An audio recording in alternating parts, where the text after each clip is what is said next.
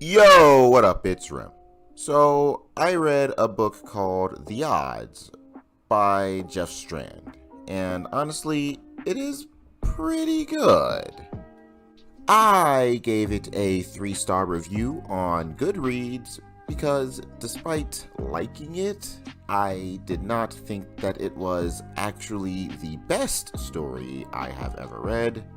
It was decent. So I wanted to give it a review. And yeah, there are going to be a few spoilers, but I'll be keeping it to a minimum. So, the book is about this shit stain of a person named Ethan Costin, who routinely spends all of his money at the Hard Rock Cafe. He has a gambling addiction, and even though he promised his wife that he had gotten past it, the book begins after he relapsed and spent, I think, $10,000 on the slot machines or something like that. So he meets a guy whose name I cannot remember for the life of me, honestly. And the guy talks him into playing a game where he won all of the money back, and then a bit more. This thrusts him into a violent series of games that he is forced to compete in against his will, with the threat of death to his family if he refuses. The plot is pretty straightforward and doesn't take too much attention to follow what's going on in the narrative, and honestly, I really do appreciate that. For a good story anyway, because when I'm invested in enjoying what's happening in the narrative, I don't have to go back and be like, why the fuck is Ethan fucking a penguin in chapter 16? You'll just have to read the book to see if that's a thing that happened in the story, man.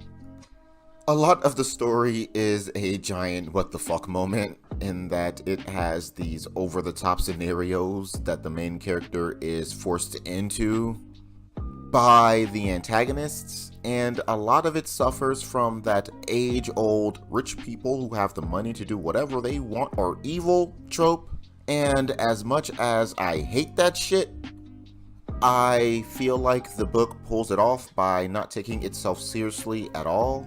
And in some ways, that takes away from the story as a whole, and in a lot of ways, it saves it. Throughout the book, Ethan has to try and hide what is happening from his family, because if he tells them, the evil 1% overlords will treat his family to a Sicario dinner. And the book handles this very well with how it weighs mentally on Ethan, how it actually shows us how he has to think things out and come up with really shitty lies. And all the while, I am thinking, how are they going to play this out? Because there is already a strain on his marriage due to his gambling addiction, making it more difficult for him to come up with anything believable. Because why the fuck would anyone believe a spouse who's willing to gamble away their life savings when they say they got called into work at 3 a.m. when they work at a factory? I guess the way it plays with suspense in general is really well done, in my opinion. For most of the book, at least. The very first scene where he is talked into playing a game where the consequence of losing is that his arm is going to get broken is genuinely gripping to me. And that set the tone for the remainder of the book for me. I also feel like Ethan is very well fleshed out as a character. He actually has flaws. And you have no idea how often I find books where the main characters are literally synonymous with indestructible bricks being pushed through the plot from scene to scene. However, I do not think the book keeps this level of storytelling up for very long. I think about halfway through the book, Jeff kind of lost the tone in favor of quips and humor. And it worked for a while, but eventually I feel like the snark and quippy banter became overbearing and devoured the horror thriller aspect of the story. At the beginning, Ethan was kind of put off by the situation and beaten down. Then eventually he was just acting like Tony Stark from a Marvel movie. Not to mention, the scenarios got gradually more and more goofy as the story progressed, and quickly I found that the turn your brain off aspect of the book became really annoying. There was one part where Ethan needed to find some MacGuffin for a game, and it was in some drug dealer's house. So for no fucking reason, the drug dealers challenged him to a knife fight before he could get it. I was befuddled, to say the least. Aghast, my mouth agape. Like, why, dude? This moment was plot relevant because it was something that caused a lot of problems for another main character. But then it was almost inconsequential because it should have killed this character but didn't and never changed the status quo. Now, on the surface, it looks like a lot was altered due to this one really retarded thing that happened. But then you get to the end and it was kind of rendered irrelevant in my opinion. If you have read this book and you're in the comments, let me know if you agree or disagree. So, I want to talk about Ethan's wife, whose name I also don't remember.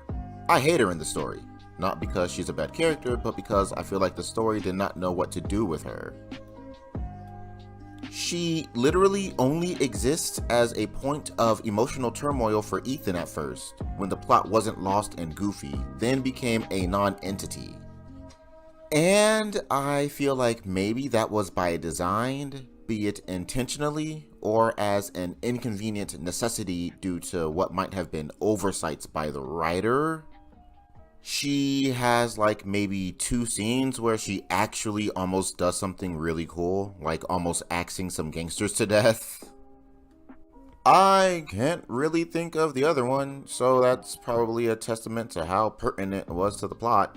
But other than that, she really just exists to forgive Ethan for putting them in that situation, and that's it. So even though I liked this book for what it was, the ending really just destroyed the narrative for me. I mean, the actual ending. I won't go into detail because that is one thing I really don't want to spoil.